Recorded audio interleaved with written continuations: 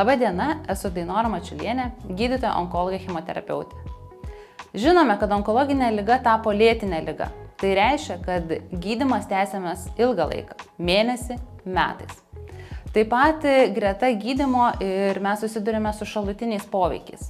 Taigi klausimas, kaip gyventi, kaip kokybiškiau gyventi, kaip geriau jaustis greta gydymo, nuolatinių tyrimų ir šiuos klausimus atsakymų ieško integracinė onkologija. Tai yra onkologija, kurios tikslas yra pagerinti gyvenimo kokybę. Greta gydymo, dėl gydymo šalutinių poveikių. Ir šios integracinės onkologijos noras padėti jums kokybiškiau, sėkmingiau ir smagiau gyventi, nepaisant onkologinės ligos.